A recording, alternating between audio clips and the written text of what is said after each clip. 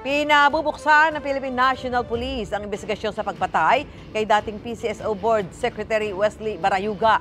Idinadawit kasi ngayon sa pagpatay sina dating PCSO General Manager Roy Hina Garma at Napolcom Commissioner Edilberto Leonardo. Ang kanilang panig sa unang balita ni Jonathan Andal. 4 na taon na ang nakararaan nang patayin ang dating PCSO Board Secretary na si retired Police General Wesley Barayuga. Pero hindi pa rin ito nare-resolba. Ngayon, iniutos ng liderato ng PNP na buksan ulit ang Barayuga murder case.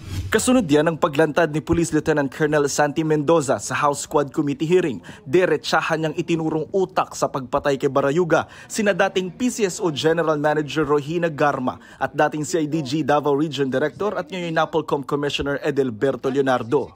Binigyan po ako ng trabaho ng mga upper class ko na ikakasira ng buhay ko. Kasi po,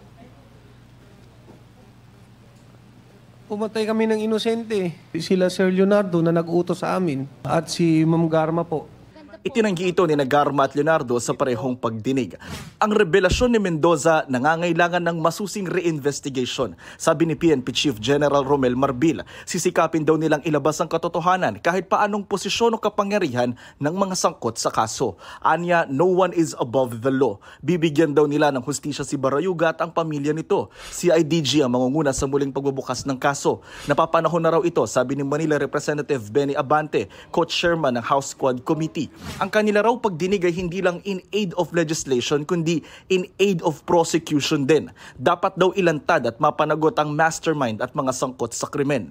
Ang batchmates ni Barayuga sa PMA o Philippine Military Academy Matikas Class of 1983 nagpapasalamat sa pagtukoy sa mga salarin sa pagpatay sa kanilang mista. Hindi man daw na maibabalik si Barayuga, panatag silang may mga tao sa gobyerno na gumagawa ng paraan para mabigyan ito ng hustisya.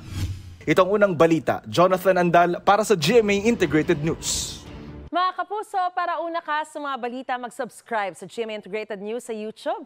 Sa mga kapuso abroad, subaybayan niyo po kami sa GMA Pinoy TV at sa www.gmanews.tv.